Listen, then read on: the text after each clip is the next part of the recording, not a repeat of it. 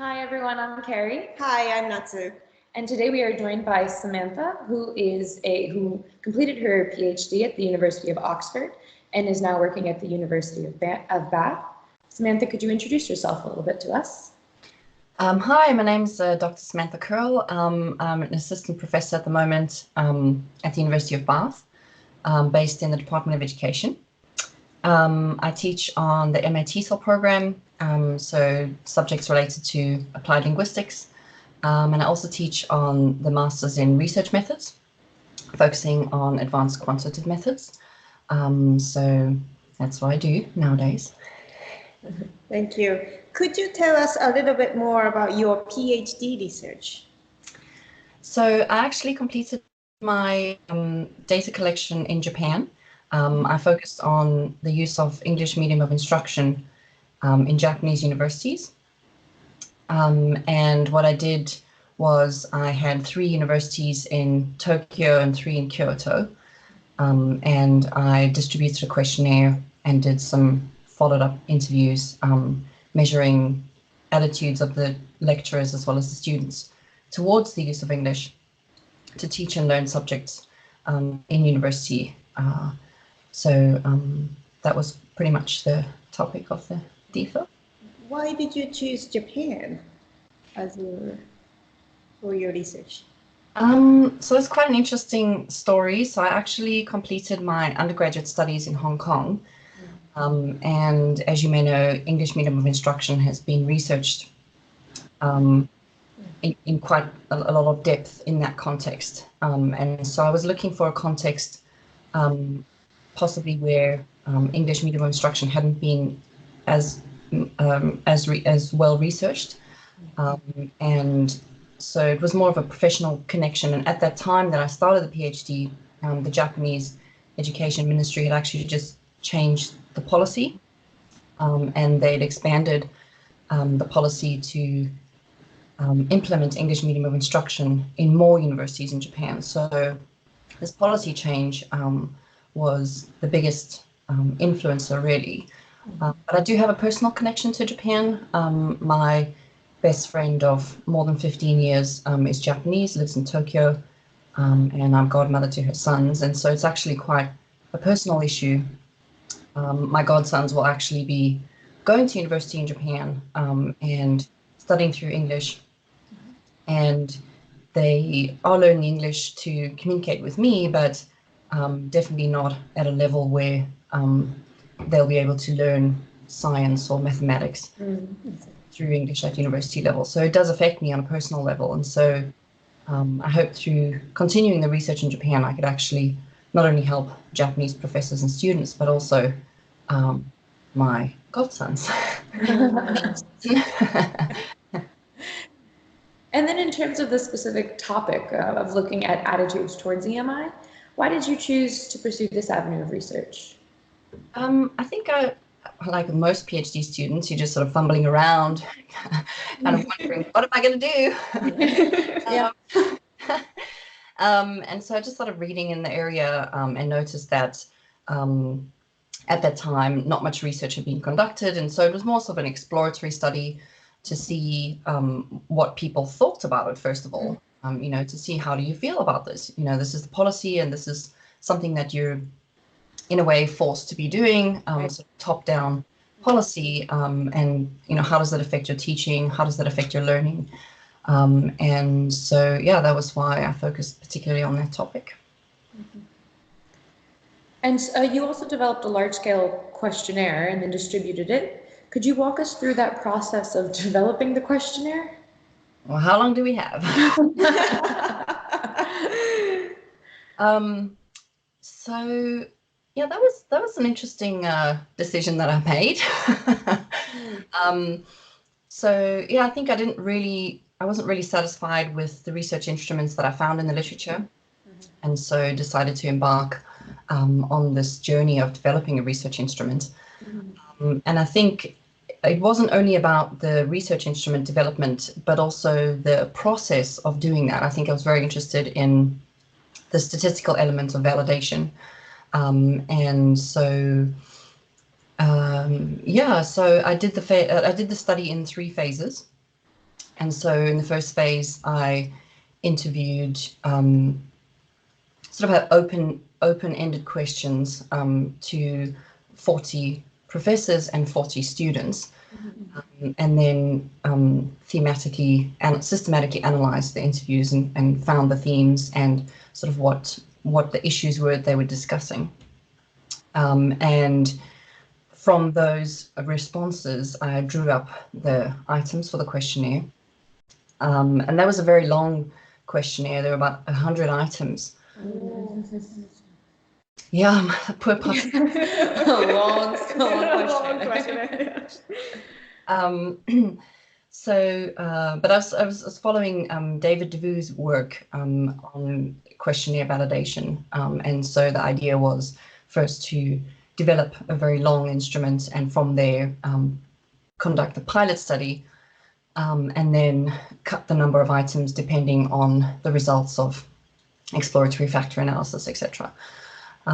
So yeah, I had my 100 items and went off and piloted that with about 200 students. So I only validated statistically with the student population. I validated it qualitatively with the lecturer, the professor population. Yeah, I did that, collected that data for the second phase, and then through the pilot interviews, so asking participants to reflect on what they thought about the questionnaire. I got a lot of feedback on obviously the length. Every single one said it's way too long. You said, I understand it's part of the process. Yes. But it was more sort of to get their feelings of whether they felt any of the items were offensive or repetitive or not relevant to them. And so through the pilot interviews, as well as not only the questionnaire itself, but I asked them to fill out a pilot questionnaire, asking them to reflect on the questionnaire, process of filling it out.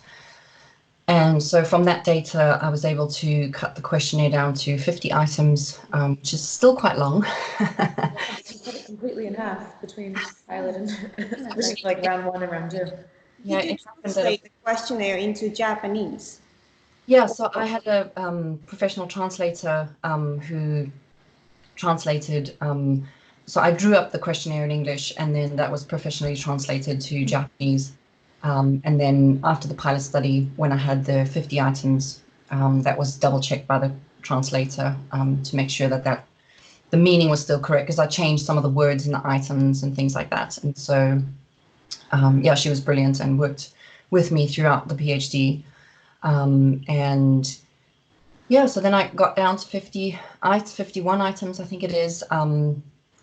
And behind those items are all the different scales of attitudes. So there was a logical way of reducing the items, as well as a systematic way of reducing the items. And then I went up to collect the main data, which would then form the results of the DPhil. And so for that, I think I got about 400 or so responses. And yeah, and then I had to analyze all that data. And yeah, it was an interesting process. And I think the biggest thing that I really sort of acquired through that was not only the statistical conceptual knowledge, but also the technical knowledge. I used R for the analysis right from the beginning of the PhD, actually, and I think that was really one of the best decisions I made. It's such a versatile instrument of analysis. You can just really do so much with it, and so I'm really glad I invested the time to master R. So yeah. Why did you make the decision to use R as opposed to another statistical package, such as SPSS, which is often more commonly used in educational research? So I did start off using another package, which name shall not be mentioned. I started using it, and I think, like most PhD students, made the mistake of inputting my data directly into the software. And that's something that I'm now teaching my students not to do. Excel is your friend.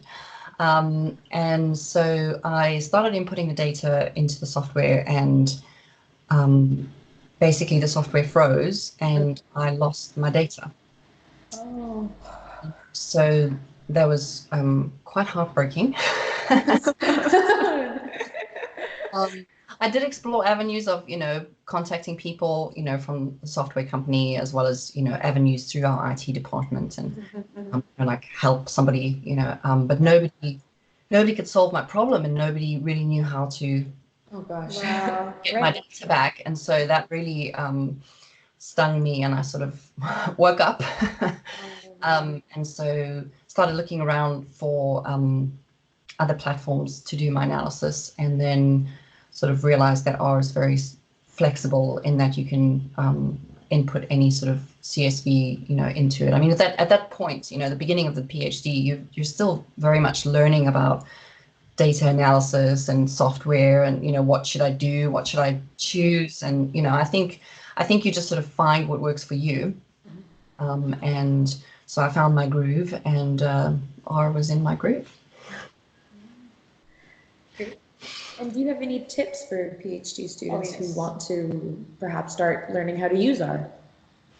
I think the first tip would be to get over your fear of it.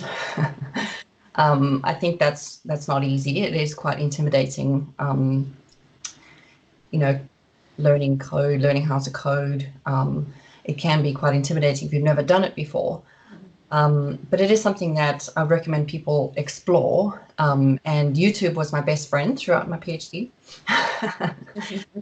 There are lots of introductory courses that you can, videos you can watch where they walk you through step by step, and they're freely available online.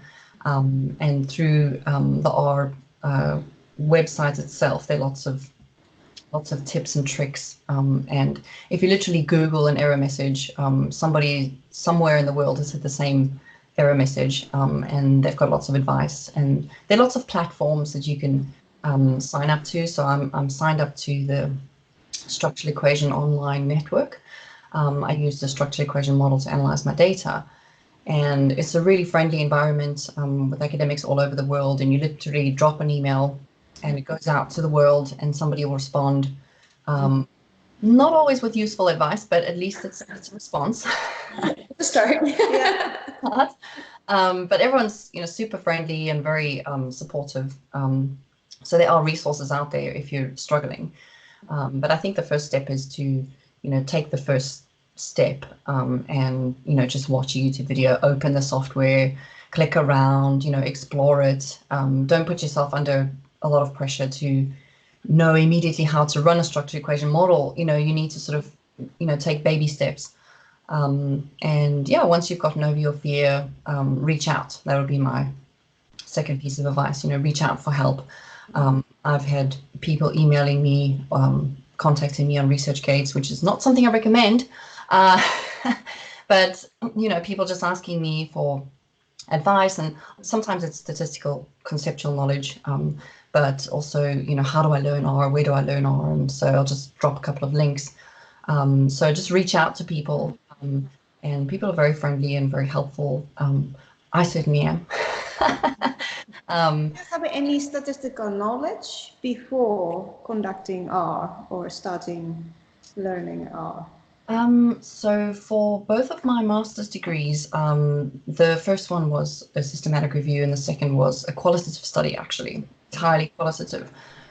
So when I started the PhD, I had very little statistical knowledge, but I was very interested in it, and I found it quite exciting. And so, yeah, I just pursued that, and I had really good secondary supervisor, who's based in the mathematics and statistics department.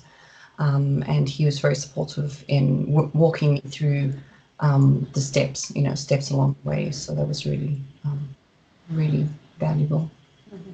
That's also a very positive message to hear as someone who is still learning research methods. And, it's never too late to learn something new or to use your DPhil as an opportunity to And then watching YouTube video and access to website and ask for help. And yeah, that's a good tip. Thanks so much. Yeah.